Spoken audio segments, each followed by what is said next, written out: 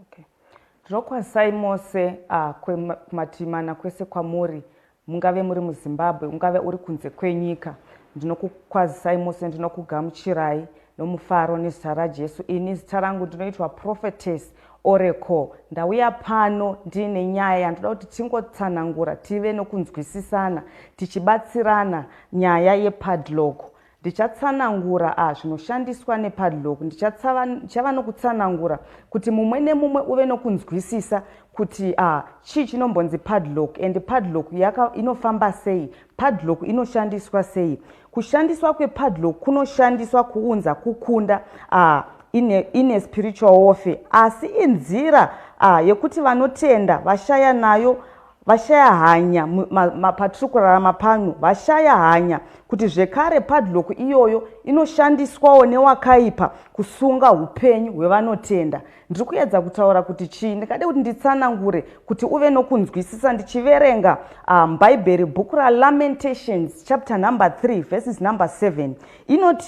Inoti iyo, akandikomberedza nengetani, akandikomberedza nerusvingo kuti nditadze kubuda. Akandikomberedza nengetani, akandikomberedza nerusvingo kuti nditadze kubuda. Kuti utadze kubuda pai kune mudzimai akanditarisa ari kunditeerera ane marriage isiri kugarika. Kune mudzimai akanditarisa ari kunditeerera anoti, Prophetess, ini ndina baba vekwangu, ndaneta nechifambi chiri kuitwa nababa vekwangu. Ndine munhu womudzimai akanditeerera ari kunditarisa anoti, Prophetess, ndasvika 38 years, ndasvika 40 years, asi chinhu chinonzi wanano muupenyu hwangu hachisi kumira, hachisi kubuda.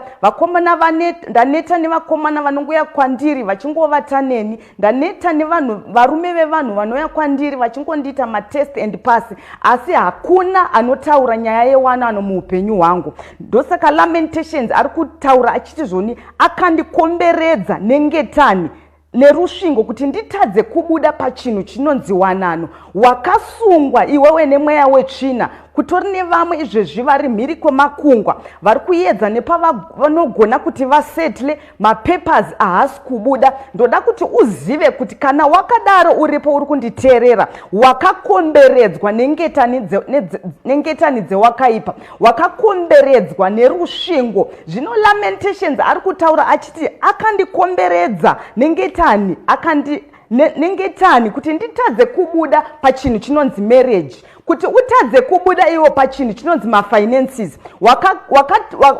Wakakomberedzwa nengetani dzokuti utadze kubuda pachinhu chinonzi business rako rauri kuita. Ndina mai vakanditarisa, ndova ndafambira, especially ili nyaya dzemamarriages. Ndafambira mudzimai ari pano anoti, Prophetess, murume wangu ndaneta, ndaedza zvose, ndatsanya, ndakwira makomo, ndatenderera, ndaenda kunana madzimai, ndaenda kunana madzibaba, dzingave n'anga, handichatauri nemazita dzandakafambira, uchitsvaka solution yekuti murume wako asiye chipfambi. Mushure mokuti asiye chipfambi ichocho asi chiri kutoita wese, rega ndikuudze, kana uri pano uri kunditeerera, wakasungwa nepadlock iyi. Upenyu hwako hwakasungwa, marriage yako yakasungwa. Kana uri pano unoti, baba vekwangu vandinetsa nenyaya yechipfambi, ini ndauya nesolution, ndakazvimiririra, ndauya nesolution yako kuti ndikubatsire. Baba vanetsa nechifambi, ini ndinoshandisa padlock kuti ndisunge nhengo yababa iyoyo. Nyangwe vabuda kunze kwavaenda kunana marwei, hakuna chinoshanda ikoko. Nyangwe adzoka mumba mauri iwewe, ndo munoshanda. Ndauya masikati anhasi ndiri pano ndakazvimiririra,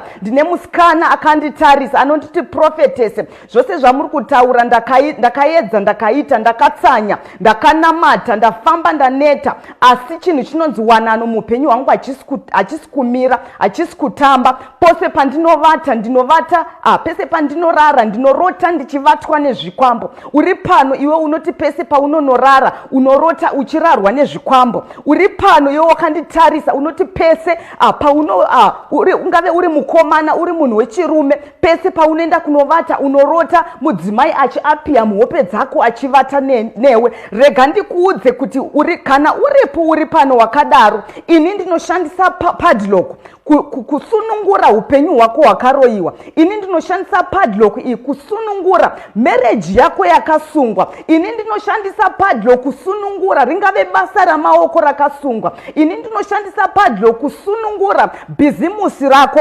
rakasungwa. Padlock can be used to hinder one's blessing. Padlock inoshandiswa kusunga upenyu hwemunhu, kusunga mafinances emunhu, kusunga progress yemunhu muupenyu. Rega ndikutsanangura ndichida izvo, kutori nevamwe mutori nemari dzakasungwa dzakaiswa papadlock. Mari idzodzo dzakaiswa papadlock dzakabva dzaiswa padlock yakabva yasungwa.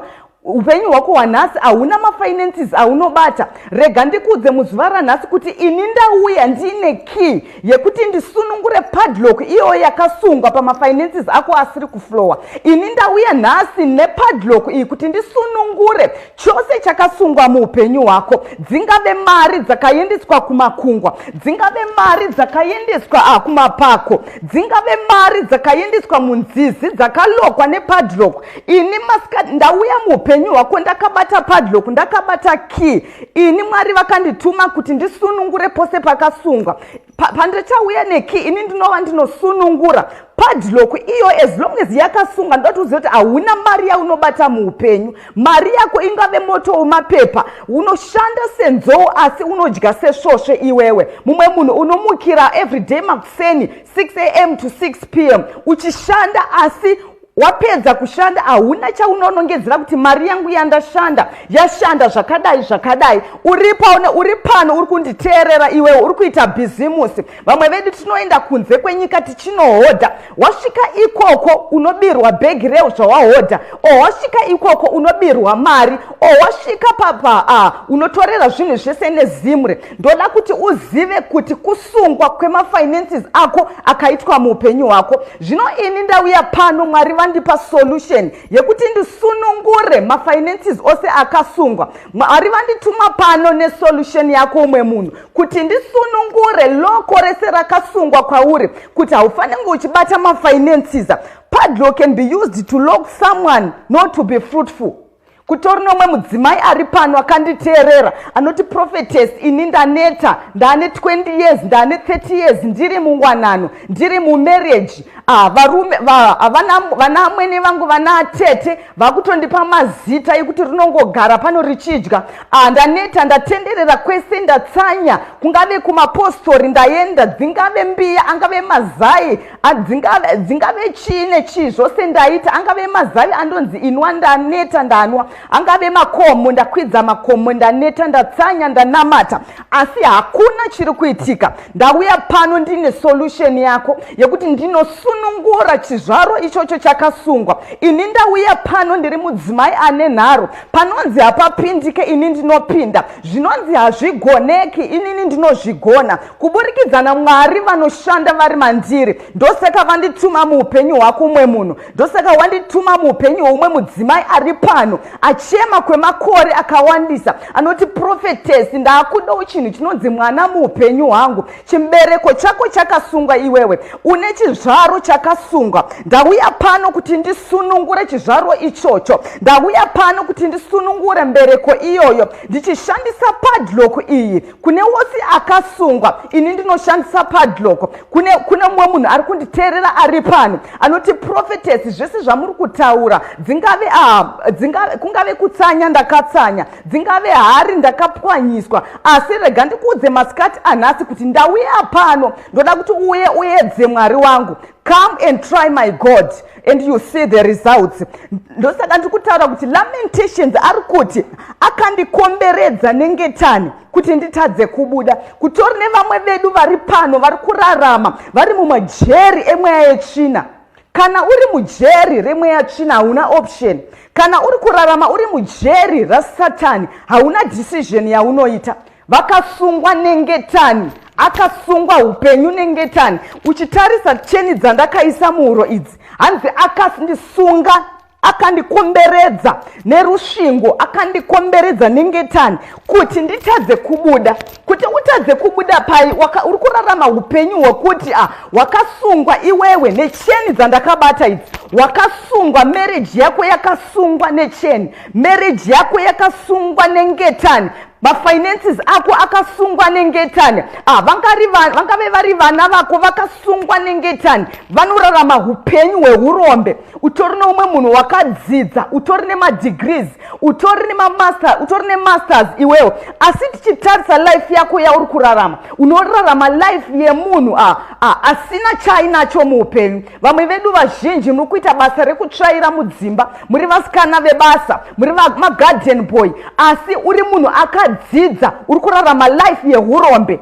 Kutori nemwe munhu izvezvi anogara kuAmerica, asi uchitarisa life yake yaari kurarama, unoona life yemunhu anogara kuMbare, asi munhu ari kugara kuAmerica. Rega ndikuudze mudikani kuti wasvika pakushaya hope iwewe, wasvika pakugamuchira kuti ndo zvavapo, handina zvandingaite. Rega ndikuudze kuti Mwari vandituma masikati anhasi kuti ndisunungure ingave destiny yako yakasungwa. Mwari vandituma pane nesolution. Ini ndinoitwa Prophetess Oracle. Mwari vakandidanira especially dziri nyaya dzemamarriages. Uri mudzimai waneta iwewe, unonditi prophetess, baba vekwangu ndakutofunga kutoti nditorongedza mabhegi angu ndiende ndisiyane nazvo. Uri musikana ari pano unoti zvoni ndiri murelationship nemukomana kana kuti inga boyfriend yako akutombokupawo mari even yekurukisa musoro zvayo. Ndauya pano kuti ndisunungure chose chakabatwa. Baba vari mumba vasiri kukupa mari yekuti utengo zvaunoda. Baba vari kupedzera mari yavo, vari kupedzera mari vachibhadharira masmall house, marent house. Ndauya pano kuti ndisunungure marriage yako yakabatwa iwewe, ndichishandisa padlock iyi. Padlock yandakabata ndo ichashandisa kusunungura zvose zvauri kuita zviri kukunetsa. Padlock can be used to lock one's marriage. Utori muwanano uri mudzimai, utori muwanano iwe uri mudzimai, nditeerere, ndoda kuti unditeerere. Uri muwanano iwe uri mudzimai, baba vauya mumba nhengo yavo haisi kushanda, zvinoda kuti vakasungwa nanamarwei, vakasungwa nemasmall house kunze uku. Ini ndiri pano kuti ndisunungure. Pese pavanoya mumba hakuna chinoshanda. Waedza nokubvunza murume wako, wafamba kuti ubatsirwe kuti mumba mako muvewo nemufaro. Right now marriage yako yakuvava, marriage yako haichisina mufaro, asi baba vakauya mumba hauchivabvunza kuti chii chiri kuitika. Baba havatokwanisi kududzira kuti chii chiri kuitika muupenyu hwangu. Rega ndiudze mudikani, kana uri pano une murume akasungwa, kana uri pano uri murume une mudzimai wako wawaneta naye nenyaya yechipfambi, ini ndinouya kuzosunga kuti nhengo iyoyo isashande. Nyangwe abuda kunze achienda kunoita zvaanoita, hakuna chinobuda kunze ikoko. Uripo uri kunditeerera, wakanditarisa, unoti prophetess, zvamuri kutaura muri kutaura inini. Ndoda kuti utore, pane nhamba dziri kuappear right now. Take that number and you text him a message on WhatsApp. Take that number and you call me. After this broadcast, I'm going to attend you one by one. I'm going to attend you one by one. Uripo pano uri kunditeerera, wakanditarisa, unoti prophetess, taneta nazvo izvi, taneta nokuudzwa zvakadai, asi ndauya pano kuti ndikuudze kuti inini handisi ivavo. Ini ndinonzi Prophetess Oracle, the supreme prophet of God, the supreme oracle of the supreme God. Ndauya pano nesolution yeumwe munhu, ndauya pano nesolution yevamwe amai. Ndoda kuti ndikuudze kuti today it's your final bus stop. Watenderera kwakawanda iwe uchitsvaga kubatsirwa, watenderera, waitiswa zvimwe zvauchatoona kuti hazvichatoiti, asi hakuna chiri kubuda. Ndauya pano kuti ndikubatsire. Pane zvose zviri kuitika muupenyu, ndinoziva kuti pane zvose zvandiri kutaura. Uripo uri kunditeerera, uri kutongoti dai broadcast yachipera ndikwanise kutaura nemunhu waMwari vandibatsire. Tora nhamba dziri kuappear right now ndikubatsire. Tora nhamba idzodzo undifonere. Padlock can be used to lock financial greatness. Padlock iyi inoshandiswa zvekare kusunga mafinances emunhu, kusunga upenyu hwemunhu kuti husaenderere mberi. varipo vari pano vakanditarisa, vangave vahanzvadzi vangu vari kunditarisa, vangave baba vangu vari kunditarisa, vanoti Prophetess, ini ndinoshanda asi ndapedza kushanda, mari yangu handina chandinoiona chainoshanda. Varipo vari pano vanorarama upenyu hwekusungirwa panzvimbo 1, varipo vari pano vakasungirirwa pamuti, varipo vari pano dziri mhuri dzakaiswa mazita akanyorwa mazita akaendeswa kumapako akabayiwa netsono. Varipo vari pano ari pano ane marriage yakasungwa akanyorwa zita rake rakadeketera rakaiswa muhari, hari iyoyo yakapfidigirwa. Ndoda kuti uzive kuti ini ndauya pano kuti ndisunungure marriage iyo yakapfidigirwa, angave mazita akanyorwa emhuri dzese, ringave zita rako iwe wakanditarisa rakanyorwa rakaiswa muhari, hari iyo yotorwa yopfidigirwa. Ndoti uzive kuti as long as hari iyo yakapfidigirwa hakuna chinoshanda muupenyu hwako. As long as hari iyoyo yakapfidigirwa hakuna marriage, hakuna wanano inotapira muupenyu hwako, hakuna wanano yaunopinda iwe, hakuna relationship inouya ichikulida into marriage because unenge wakapfidigirwa. Zvino ini ndauya kuti ndikudubure zvose zvakapfidigirwa, ini ndauya kuti ndikudubure hari dzose dzakapfidigirwa, hari dzakasunga marriage yako, hari dzakasunga mafinances ako. Ini ndauya pano semudzimai ane nharo, semudzimai ane ukasha neupenyu hwomwe mukadzi ari pano anoti Prophetess, ndatoshaya hope mukurarama, anoti Prophetess, ndatenderera, ndaneta, ndaedza zvose asi hakuna chiri kubuda. Rega ndikuudze mudikani, ndauya pano ndakabata padlock, ndauya kuti ndisunungure mafinances ako asiri kufamba, ndauya kuti ndisunungure marriage yako, ndauya kuti ndisunungure vangave vana vari kurama upenyu hwemarombe, ndauya pano kuti ndisunungure, ndauya pano kuti ndikusunungure. Padlock can be used to one stagnation. Upenyu hwemunhu hunova upenyu hwekuti hunenge uri upenyu hwekuti unenge wakamira panzvimbo 1. Life yawairarama 20 years ago, takada kutaridza nhasi uno hapana chachinja, iri kutoita worse. Upenyu hwekuti unongorarama uchitenderera uri panzvimbo 1. Mvura chaidzo dzakaramba dziri panzvimbo 1 dzinopedzisira dzakunwa. Mvura yakaramba iri panzvimbo 1 isiri kuyerera inopedzisira yakunwa. Ndo zvakaita upenyu hwomwe munhu akanditarisa, ari kurarama upenyu hwekungotenderera panzvimbo 1, upenyu hwesembudzi yakasungirwa pamuti, haina kwainoenda, inongoramba ichitenderera pamuti ipapo payakasungirirwa. Ndoda kuti uzive kuti kana uripo uri kurarama upenyu hwembudzi yakasungirirwa pamuti, kana uripo pano uri kunditeerera uri kurarama life yekuti unoshanda iwe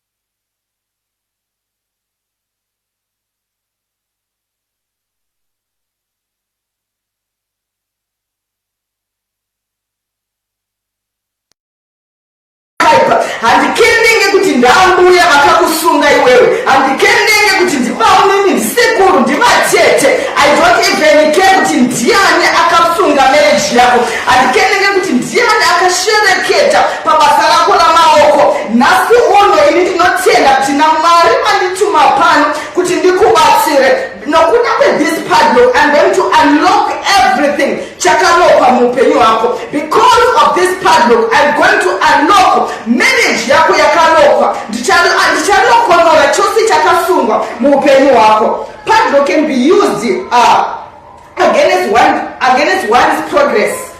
Padlock inokwanisa kushandiswa kuinda upenyu progress yeumwe munhu, kuti hauna upenyu unoendererawo mberi, hauna upenyu wakavandudzika. Kana ndichitaura nekuti upenyu hwakavandudzika, ndikuona kuti kuraramawo zvaunoda iwewe. Varipo vakanditarisa vari kunditeerera, hauna decision yaunoita muupenyu iwewe, kuti une umwe munhu ari kudhiraivha life yako. Unongoti chamuka inyama, hauna life yekuti mumwe munhu anototi mangwana ndichamuka ndichienda kubasa, mangwana ndichamuka ndichita bhizimusi rangu ndichadai. Asi kuti une umwe munhu ari pano akanditeerera, haatorina direction muupenyu, haasi kutoziva kuti zuva ranhasi parichadoka sei, mangwana ndichamuka mundichiita uchi. Varipo vari pano, hanzvadzi dzangu dzatone mazita, dzapuwa mazita, dzinongomuka dzichinogara mabridge dzichiputa mbanje vachiputa madrugs. Masikati anhasi ndauya nesolution yako hanzvadzi, kuti Mwari vauya pano kuti vakusunungure. Haudiwo upenyu hwawakatarirwa naMwari iwewe, hatiwo upenyu hwawakatarirwa nedenga, upenyu hwekurarama hweurombe, upenyu hwekusekwa nenyika. Handiwo life yawakatarirwa naJehovha. Ndauya pano, kana uri pano uri kunditeerera, washaya tariro, wakungoti takungoita zviripo nokuti ndo zviripo. Ndauya kwauri kuti unditeerere. Ini ndichaunlocka destiny yako yakasungwa. Ini ndichasunungura mari dzako dzakasungwa. Ini ndichasunungura, ingave wanano, ingave marriage iri kukutambudza, ungave uri mwanasikana, ungave uri mwanakomana, uri pano uri kutadza kuwana uri kustruggle kupinda mumarriage. Pese paunorara unorota uchivata nevanhukadzi. Ungave uri mwanasikana uri pano kuti pese paunorara unorota uchivatwa nezvikwambo nevanhurume. Vakomana vako vangave maex vaukadanana navo kare, vanoapia muhope dzako uchishandiswa nezvikwambo iwewe. Ndauya masikati anhasi kuti kana uri kunditeerera, uri kutaura, uri kuti prophetess, zvamuri kutaura muri kutsika nzvuku dzangu, tora that number right now. Take that number iri kuapia on that broadcast. Take that number and you send me a message. Take that number undifonere. Ini ndiripo pakukubatsira, handinei nokuti mwe munhu ari kundiona kuti ndakaita sei, ari kunditarisa achiti avo vauya vanoda kubira vanhu mari. Hatisi pakuda kubira vanhu mari, asi ndauya pano ndakazvimiririra kuti ndikupe solution yako iwewe. Ndauya pano ndakazvimiririra, Mwari vandituma nesolution yeumwe munhu. Padlock can be used to lock financial greatness. Padlock inoshandiswa zvekare kusunga ringave bhizimusi rako rauri kuita. I think ndambozvitaura, ringave bhizimusi rako rauri kuita. Padlock inokwanisa kusunga zvekare basa iroro, bhizimusi iroro. Padlock inokwanisa zvekare kusunga mafinances ako. Uripo uri pano, wakaenda kuti wakapa ana mbuya, vangave vatete vako wakapa mari iwewe, vakatora mari iyoyo vakanoionderera, vakadeketera nokuda kwezita rako. Kubva musi iwoyo wavakapa mari vatete kana vangave vambuya, mafinances ako ndo paakatanga kunetsa. Asi ndauya nhasi kuti ndikuudze kuti pose pakasungwa, Mwari vandituma kuti ndisunungure. Mari yakasungwa, yakaombererwa, yakadeketerwa, iri mumakomo right now, iri mumbiya, iri mumapako, yakayeredzwa munzizi. Ini ndauya kuti ndisunungure. Uri pano uri kunditeerera, tora nhamba dziri kuapia. Handisi kuda kuti ndikuudze zvinhu zvenyambo kana kuti zvinhu zvatiri kukwanisa kuita. Tiri pano titori neconfidence nezvatiri kuita. Handidei kuti ndiconvincwe neumwe munhu achinibvunza kuti zvakadi. Nditori more than convinced nezvandiri kutaura. Ndinoziva Mwari mandinonamata, ndinoziva Mwari vandinoshumira kuti vanoita zvisingagoneki, zvinonzi hazvigonekwe. Mwari ndozvavanoita izvozvo. Vatoripo vari pano vari kunditeerera, vanotoniziva, vakatouya ndakatovabatsira zvavo zvakavaitira. Vatoripo izvezvi vari kunditeerera, vari kundiona. Tora nhamba idzodzo undisendere message. Take that number, you text me a message. God is going to deliver you from that situation. Uripo mudzimai uri pano, nyaya yandanyanyofambira inyaya yemamarriages. Une murume akunetsa iwewe nenyaya yechipfambi. Une murume anetsa wakutoti rega ndirongedze mabags angu ndiende, kana iri marriage yacho ngaigare, handichavi, rega ndikudze mudikani kuti ausiswe marriage yako naSatani, ini ndauya nesolution. Baba ivavo vakunetsa nenyaya yechipfambi, baba ivavo vanetsa nenyaya yekuti mumagumbo panze vachienda kunana marwei, ini ndinosunga nepadlock. Vaenda ikoko hakuna chinobuda, vaenda ikoko hakuna chinoshanda. Lamentations ari kuti akanikomberedza nengetani, akanikomberedza nerusvingo kuti nditadze kubuda. Kuti utadze kubuda pai, kutori nomwe munhu right now life yako yauri kurarama haisi life yawakarongerwa naMwari. Ndine hanzvadzi yangu iri kurarama upenyu hweurombe. Ndine hanzvadzi yangu yakadzidza, ine madegree, ine masters, asi uchimutarisa ndo irombe rinogara pabridge richifuta mbanje, irombe rinogara mumabridge mumakona richifuta madrugs. Rega ndikudze mudikani kuti wasvika pakushaya hope, uya kwandiri ini Prophetess Oracle ndinokubatsira. Izvo ndo zvandakadanirwa naJehovha muupenyu hwomwe munhu. Ndo yandafambira pano, handina imwe bedzi. Yandafambira pano ndeyekuunlocka destiny yakalokwa. Yandafambira pano ndeyekuunlocka marriage yakasungwa. Yandafambira pano ndeyekusunungura mafinances akasungwa. Hakuna zvimwe zvandafambira. Yandafambira pano ndeyekuunlocka marriage yemwanasikana anoti Prophetess ndasvika 40 years, Prophetess ndasvika 38 years. Hakuna wananu yandiri kuona iri kutamba muupenyu hwangu. Pese pandinorara ndinorota ndichivatwa nezvikwambo. Ndiwe wandavinga pano, ndati ndiwe wandafambira pano, ndiwe wandaunzirwa pano nedenga. Masikati anhasi ndinoda kutaura nemunhu ari serious pano, anoti Prophetess ini ndiri serious. Ndichaita whatsoever it takes kuti Mwari vandibatsire. Ndiye wandavinga pano kuti ndive ndinobvumirana naye. Ndoda kuti uagree neni right now. Kana uri kundiona uri kunditeerera, this padlock is going to open your life. This padlock is going to open your finances. This padlock is going to open your marriage. Uri kundiona wakanditarisa. Lamentations ari kuti akandikomberedza nengetani. Chichaka wakakomberedzwa nengetani, wakakomberedzwa nerusvingo kuti utadze kubuda, kuti utadze kubuda pai, utadze kubuda muchinhu chinonzi wanano, utadze kubuda kuchinhu chinonzi marriage. Waneta nokukoperekedza masteps eshamwari dzako, watosvika waneta wakutoti nyangwe ndakakokwa handichaendi, nenyaya yekuti waakutonyara, wakutorarama life inonyadzisa. Vanhu vakutokupa mazita kuti anti sisi avo vakutonyara kuti kushedza nezita nokuda kweage. Rega ndikudze uri pano wakanditeerera, iwewe ndiwe munhu wandafambira kuti Mwari vari kushandura upenyu hwako, Mwari vari kushandura life yako. Ndaona uchidzoka uchipa chapupu iwewe, ndaona uchidzoka uchitestifya kunaka kwaJesu, uchite Prophetess Mwari wenyu ndamutya, uchite Prophetess ndadzoka ndine chapupu, uchisekerera Mwari wenyu vakandiitira zvakanaka. Ndiwe munhu uri pano, kana uri kunditeerera, tora nhamba iyo undifonere, tora nhamba iri kuapia undisendere message.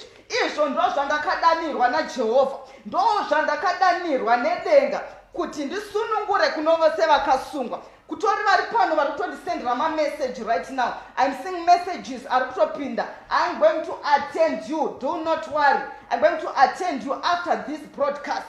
Ndikukuatenda one by one, ndichikupa solution yako. Rega ndimbopedza nomwe mudzimai ari pano, rega ndimbopedza naumwe baba vari pano, rega ndibatsire mwanasikana ari pano, rega ndibatsire mwanakomana ari pano. Varipo vakuti unotonzwa tsitsi, vabereki vari kumusha, vari kutambura, vana asi vane vana vavakadzidzisa. Vana ivavo hapana kana chiri kushanda, vanongouya vangave vana vasikana, vanongoenda vachinomitiswa vachidzoka vaine zvizukuru zvichichengetwa zvekare pamba ipapo. Vanongoenda vamwe vanotogona kutonzi vapinda mumarriage, asi apinda mumarriage imomo haagari. Pasina 2 months 3 months wadzoka zvekare pamba pevabereki, wadzoka zvekare nezvizukuru pamba pevabereki. Rega ndikuudze masikati anhasi kuti Mwari vava kupedza nyadzi dzako. Nyadzi idzodzo Mwari vari kusvika pakudzipedza muzuva ranhasi, nokuti vandituma kuti ndishumire muupenyu hwako. Ini ndatumwa nedenga masikati anhasi kuti ndikupe solution. Nyadzi idzodzo dziri pauri dzekuti haubereke. Rega ndikuudze mudikani, zvitori nani nyadzi dzekunzi hauzvari wakarorwa. Zvitori nani kunzi hausati wasvika 40 years, wasvika 38 years usati warorwa. Nyadzi idzodzo dzitori nani pane nyadzi dzokuti wagara mumarriage iwewe une 40 une 20 years uri mumarriage uri pamba pevanhu, asi hauna mbereko, uri kushaya mbereko, uri kutadza kuzvara. Nyadzi idzodzo hadzitoite dzakatonyanyisa kutodarika nyadzi dzemunhu asati ambopinda mumarriage. Asi uri pano ndati don't worry. Mwari vandituma kuti ndikusunungure. Mwari vandituma kuti ndipukute misodzi yako iwewe. Mwari vandituma kuti ndinyaradze marwadzo ose auri kupindana nawo. Mwari vandituma kuti ndipukute misodzi. Nyadzi idzodzo kuchava kupupura muupenyu hwako. Nyadzi dzauri kusangana nadzo uchasekerera ramangwana. Mwari vari kukudzikinura. Adzinge akandikomberedza nyengetani. Lamentation number 3 ndo vhesi yandiri kushandisa zuva ranhasi. Akandikomberedza nengetani, akandikomberedza nerusvingo kuti nditadze kubuda, kuti utadze kubuda cheni dzawo kutondiona ndakaisa muhuro mangu. Kutori nomwe munhu ane life kwatarisa in the spirit, life yake yakatenderedzwa nengetani, ane life yakatenderedzwa necheni. Aedza ichi hakuna chiri kubuda, aedza kuenda kubasa hakuna chiri kubuda, aedza zvose zvaanogona, ringave business hakuna business riri kushanda. Rega ndikupe muenzaniso. Ndine mwana wangu akandifonera marimwe zuro achiti, mama, pane zviri kundinetsa. Ndakamuti uya kumba. Akauya kumba, ndakataura naye akagara pasi. Akati, Prophetess, inini ndave 35 years. Chinhu chinonzi marriage handichatori kuchinzwa, nokuti ndaedza ndatenderera kwese kwamungafunge kunzi kunobatsirwa, kungave kun'anga, kungave kumapostori. Ndakaitiswa zvimwe zvandisingakwanise kuti nditsanangure zvinonyadzisa. Chandakungoda bedzi ndeyekuti ndiite upenyu hwandinoti unondikwanisa kuti ndizvichengetewo.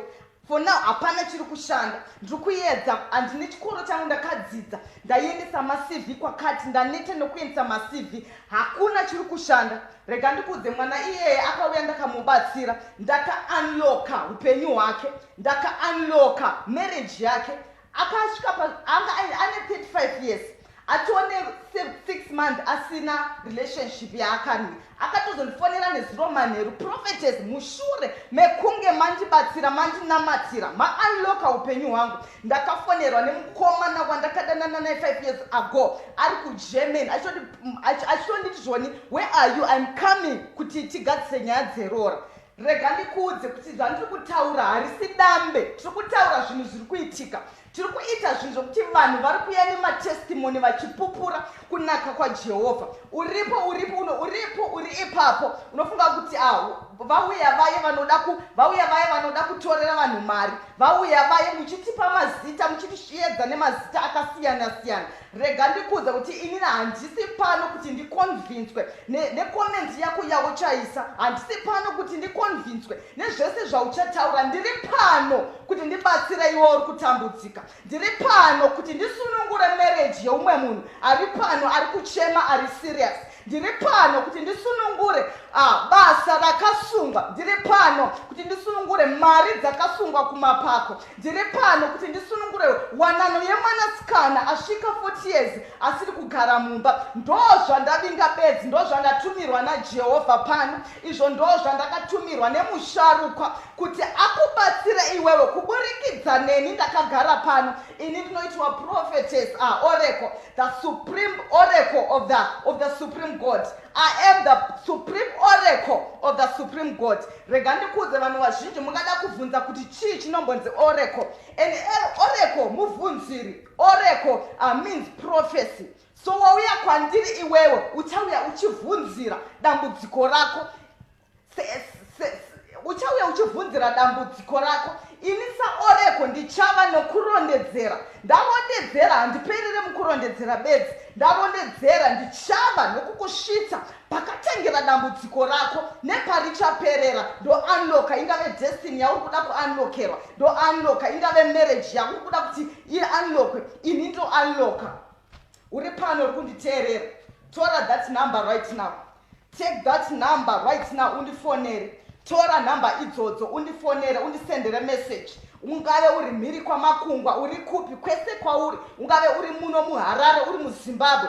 Tora number idzodzo undibate. Ndichipedza this live broadcast, I'm going to attend you and you see the results. Mwari wangu kushanda kwavachaita muupenyu hwako.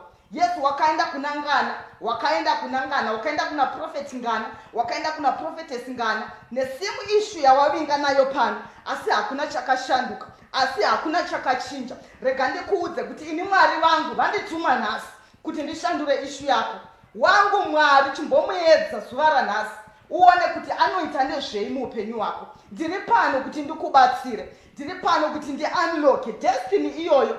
Urombe uri kuitika pamhuri yako, urombe uri kuitika pavanasikana vako, pavanakomana vako, ndinoupedza nhasi uno nezita raJesu. Ndiri pano ndauya kuti ndikubatsire. Kutori nedzimwe mhuri dziri mujeri right now, jeri yemwe yetsvina. Munhu arega ndikudze wakaenda kuchikurubi, kutori nevasungwa variko.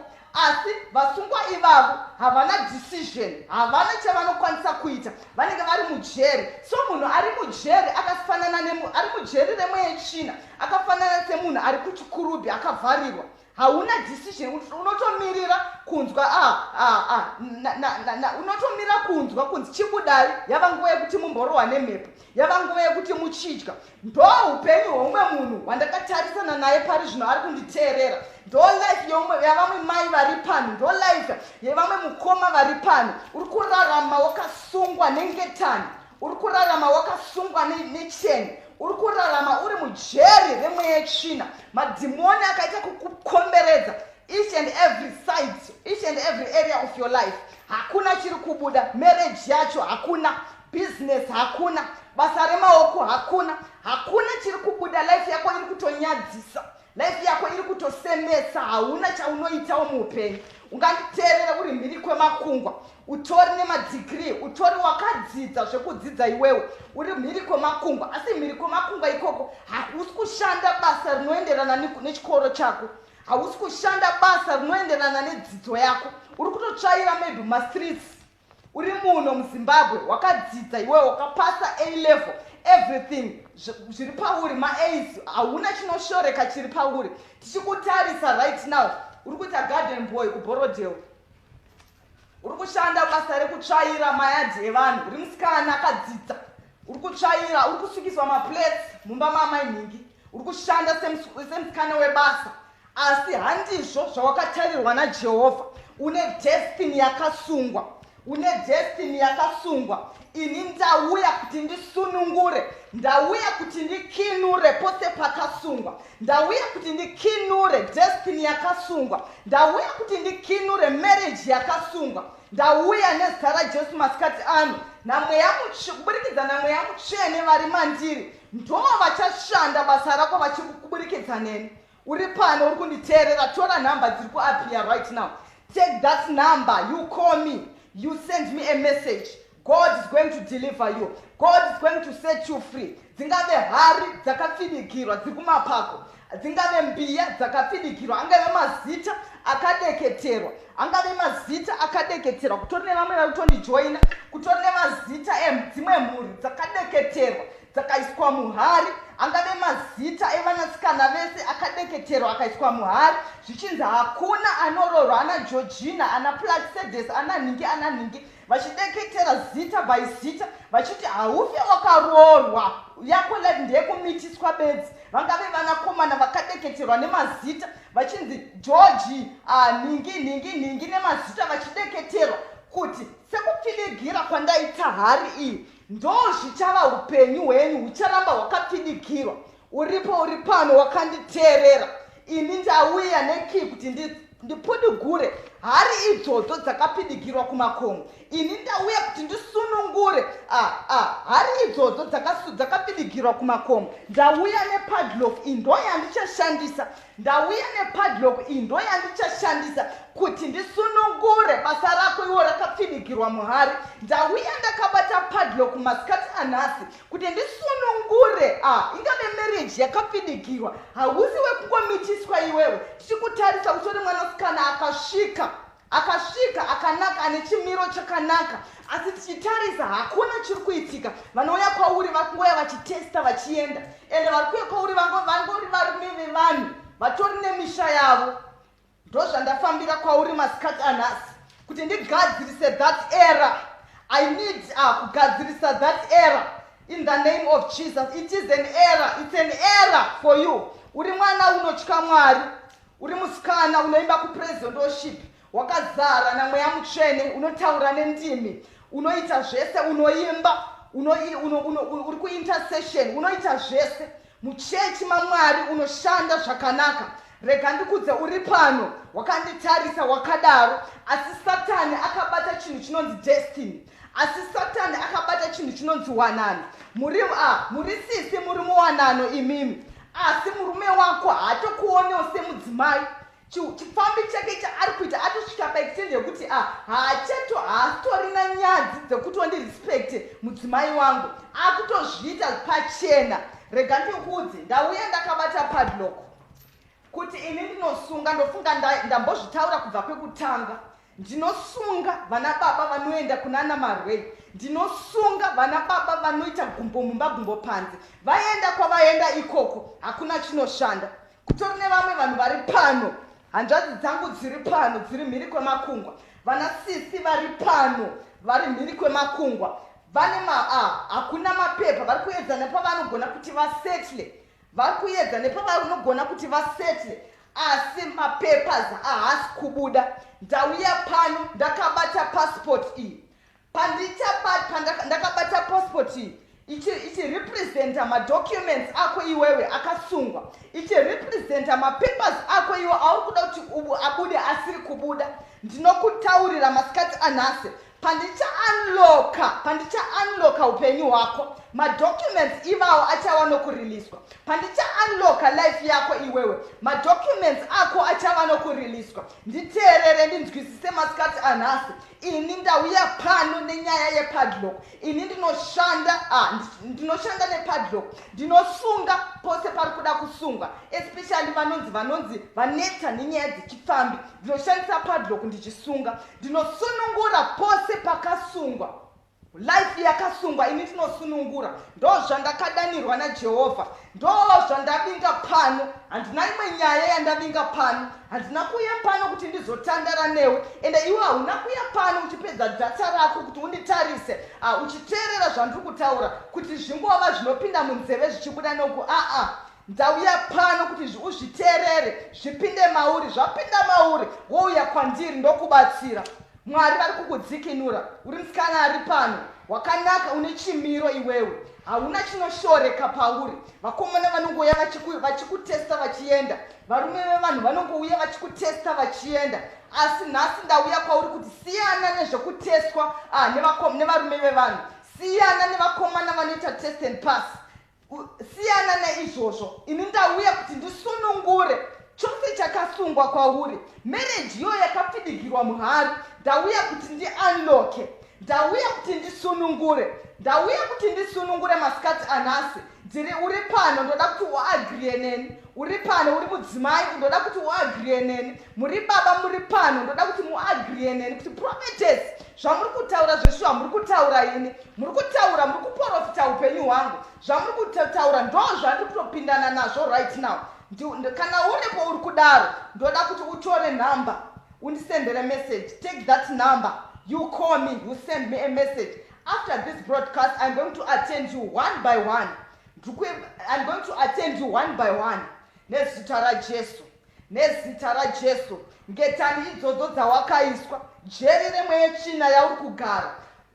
Jeri rimwe yechina, mweya yechina yakakukomberedza. Kutori nomwe munhu kuti uchimutarisa, usina kana chiprofita chawaita pauri, uchimutarisa panyama, unotoona kuti munhu akakomberedzwa nemweya yechina. Hapana Mwari paari. Madhimoni akatenderedza upenyu hwake. Rega ndikuudze kuti kana uripo pano wakadaro, wateerera kubva ndichitanga this live broadcast up to now, ndichitsanangura zvandiri kutsanangura zvakasiyana siyana, uripo pano uri kupindana nemaproblems iwayo, ndiwe munhu wandafambira pano, ndiwe munhu wandatumirwa naJehovha kuti ndisunungure zvose, ndisunungure life yako iwe isiri kufamba, ndisunungure marriage yako iwe uri mwanasikana, ndisunungure marriage yenyu amai iri kuvava, ina baba vaneta vachibuda kunze kuna namarwei, vari kuita gumbo mumba gumbo panze. You are the right person wandafambira pano. Handisi kutaura dambe, handisi kutaura kana kuti ndoda kukuconvince. I'm more than convinced. Takatoconvincwa nechekare because titori tiri kutoziva zvatiri kuita. Vakawanda vari kutouya kwatiri vaine matestimony vachiti prophetess, ndakauya kwamuri makandibatsira last year. Prophetess, ndakauya kwamuri makandibatsira mwedzi wakapera ndiine dambudziko rakadai. Asi kubva pamakandi unlockera marriage yangu, kubva pamakandi unlockera mafinances angu, nhasi ndauya nechapupu, ndava kupupura kunaka kwaJehovha. Padlock can be used to lock one's business, not to prosper.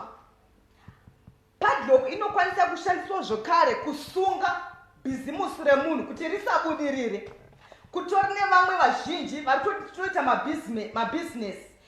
Uri mubusiness hako, kungoti uri mubusiness, asi business iroro harina maprofits aunoona arinounza. Wangojaira kuti semunhu ndagara ndichiita business, handingaregedzi sezvinhu zvandagara ndichingoita, rega ndingoita. Asi kungoita nje, business iroro harina chouviri chariri kukupa, harina maprofits, harina chekuti ungatarise kuti bhizimisi rangu randiri kuita randitengerawo imba, business rangu randiri kuita randitengerawo mota, randitengerawo property. Hakuna profit iri kubuda pabusiness iroro. Asi ini nhasi ndauya masikati anu kuti ndi-unlocke pakasungwa, ndi-unlocke bhizimusi iroro risiri kufamba kuti rifambe, ndi-unlocke pose pakasungwa chose chauri kushuwirawo muupenyu kuti urarame, kuti unoda iwewe. Ndauya kuti ndisunungure. Kutori nomwe munhu kuti ari kurarama life right now yokuti life isiri yake, yongoti haana decision kuti ndinofanira kuti ndakabatawo mari yangu, ndofanira kuti ndiende kumashops ndonotenga zvakati zvandinoda inini. Uri kutorarama life, utoripo pano, ukanditarisa uri kunditeerera, hautori nawo chaunotiwo life iyi ndo yangu yandinoda kurarama, yauri kurarama. Uri kurarama life yekubatanidza. Chingave chikafu chinodyiwa ndechekungobatanidza, ingave zvokupfeka kungobatanidza, kungonzi chero tapfeka, zvingave kuchikoro chaiko kunoenda vana maschool fees ndekungobatanidza kuti zvinziwo mwana aenda kuchikoro. Rega ndikuudze mudikani uri pano wakanditarisa, handiyo life yawakatarirwa naJehovha, handiyo life yekubatanidza yawakatarirwa naJehovha. Kutori neumwe munhu ari kushanda right now behind your back, kutori neumwe munhu ari kudrive upenyu hwako iwewe, akatogara pasteering yemarriage yako. Kutori nomwe nechimwe chisekuru chitete chakagara pasteering yewanano yako iwewe. Ndosaka uri kuona mumba mako mafights after fights. Murume ari kubuda achinoita zvaakunoita, zvichira kuti kutori nachitete chimbuya chakagara pasteering yemarriage yako iwewe. Kutori nachibamunini chakagara pasteering yebasa rako, kuti hakuna basa raunoita iwewe ndo chiri kudriva life yako. Ndosaka uri kuona kuti kusvika pari zvino uri mukomana ane 35 years anogara pamba pevabereki, unochengetwa nevabereki, unomira kuti mai vabike sadza ugodya. Tikada kutarisa vezera rako right now, vatori nedzimba dzavo kunana Borodho Chisipiti, vatori nemhuri dzavo, asi iwe uri kumirira kuti mai vabike sadza vakupakurire. Hauna direction muupenyu. Uri pano uri kunditeerera, uri mwanasikana uri kunditeerera zvekare uri in that situation uri pamba pababa naamai uri kuchengetwa nevabereki vamwe vezera rako vatori nedzimba dzavo vakaroorwa vakachata vatori nedzimba dzavo dzavanoti dzavo asi tichitarisa life yemwanasikana uri pamba pavabereki ndoutori musikana webasa pamba ipapo varoora vanototadza kugara pamba nokuda kwatete vari kufanira kunge vachiendawo kumba kwavo kwavanoti kwavo asi kutotadza varoora kusununguka pamba ipapo masikati anhasi ndauya kwauri iwewe wakadaro uri pamba pavabereki for 35 une 35 years une 30 years une 40 years uri kugara pamba pevabereki hausati waroorwa uri kumira kuti mai ndo vachanditengera sipo yokugezesa uri kumira kuti mai ndo vachanditengera chikafu mai ndo vachandiitira zvose ndatirega ndikudza kuti it's an error if you are here uri kunditeerera it's an error under the sun it's an error iri kuitika muupenyu hwako asi hazviperiri ipapo ini ndauya kuti ndisunungure era iyoyo ndauya kuti ndigadzirise era iyoyo ndauya kuti ndigadzirise wanano yako iwe mwanasikana yakabatwa ndauya kuti ndisunungure pose pakasungwa ndauya kuti ndisunungure uripo uri kunditeerera tora nhamba idzodzo right now take that number you text me a message and you will see my God kuti vachaita semuupenyu hwako try my God someone try my God uripo uri kunditi prophetess tatenderera isu zvamuri kutaura izvozvo tatoneta nazvozvo taiteswa zvese zvamuri kutaura asi uri pano ndoda kuti utraye mwari wangu ini ndauya pano ndiri mudzimai ane hasha ndiri mudzimai ane ukasha especially dziri nyaya dzemamarriages especially kune vanasikana vanoti vakapinda mumba vanoti pese pavanonovata vanorota vachivatwa nezvikwambo kuna chibamunini chemumhuri chamunotoziva munhu wese kuti bamunini avakaromba vari kushandisa vanasikana vese vemhuri pese paunoenovata unorota uchivatwa nezvikwambo zvabamunini unorota uchivatwa nezvikwambo zvabamukuru unorota uchivatwa nezvikwambo zvatete asi masikati anhasi ini ndinoitwa Prophetess Oracle ini ndinoitwa Prophetess Oracle ndauya kuti ndibatsire umwe munhu ndauya pano nesolution yeumwe munhu tora nhamba idzo dziri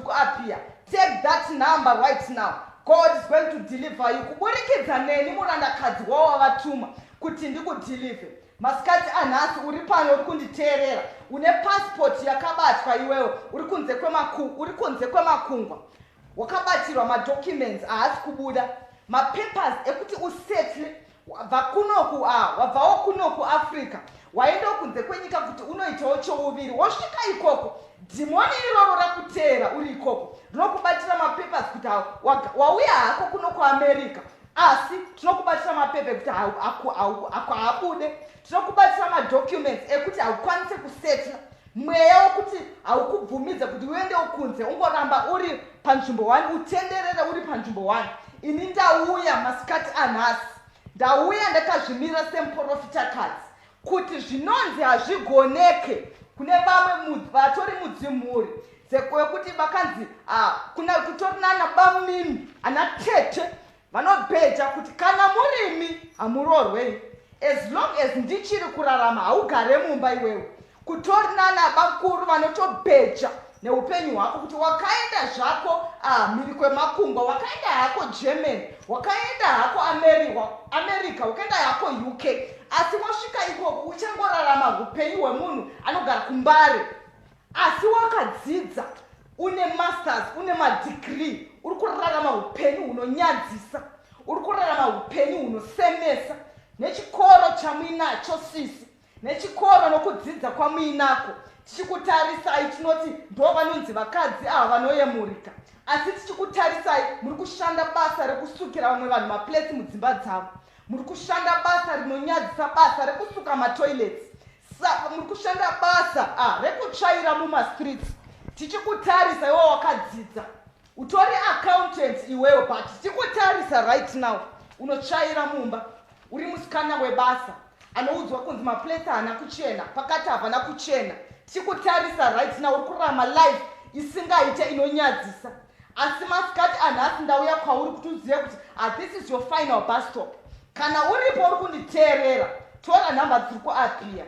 God is going to change your story. God is going to change your situation.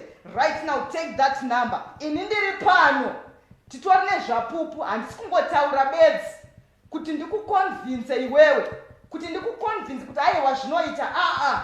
Titori nezvapupu, ndosaka titori neboldness yandinayo ndichitaura kwauri kuti come and try my God and you see the results. Come and try my God right now. You see the results. Ini ndinoitwa Prophetess Oracle. Ndauya pano kuti ndibatsire umwe munhu ari kunetsika nemarriage, anoti Prophetess marriage yangu iri kuvava, anoti Prophetess ndina baba vekwangu vaneta, ndaneta nechipfambi chavo, ndakutoda kutosiya marriage, handichadi nechipfambi chavo chavari kuita. Rega ndikuudze mudikani kuti ini ndinosunga nhengo yababa iyoyo iri kuita kuti vaite chipfambi, ndinoisunga. Vaenda ikoko hakuna chinoshanda, vaenda ikoko hakuna chinobuda, vanotozodzoka zvekare vachikonfesa kwauri wewe zvimwe zvaunge usingatozive, unotozoshandisa wakuzviudzwa, murume wako akukonfesera. Ndamuita central locking, indinoloka. Ungave uri musikana uri kushandiswa nevakomana, hakuna ari kuuya kwauri ari kuroora, vese vari kungoya vachikunyebera kuti ndinoda kukuroora. Asi yavanguve kuti muende kumaintroductions, mukomana anodisappear, kuti anongotanga kukuignore, uri kufona hasi kukudaira makozi. Rega ndikuudze kuti ini ndauya pano kuti marriage yakasungwa iyoyo ini ndinokuunlockera. Marriage yakasungwa iyoyo ini ndinokuunlockera. That's why Lamentations ari kutaura achiti akandikomberedza nengetani, akandikomberedza nerusvingo kuti nditadze kubuda. Pauri kunzi utadze kubuda ipapo, marriage yako iri kunzi ndo yauri kunzi utadze kubuda. Pauri kunzi utadze kubuda pamafinances, hauri kunzi utadze kubuda, nokuti wakasungwa nengetani wewe, wakakomberedzwa nengetani. Hakuna munhu anonzi akasungwa miri wese necheni, akakomberedzwa necheni, anonzi akwanise kubuda iye akasungwa. Hakuna zvakadaro. Asi ini ndauya kuti ndisunungure ngetani idzodzo dzawakasungwa nadzo, dzingave ngetani dzokushaya basa.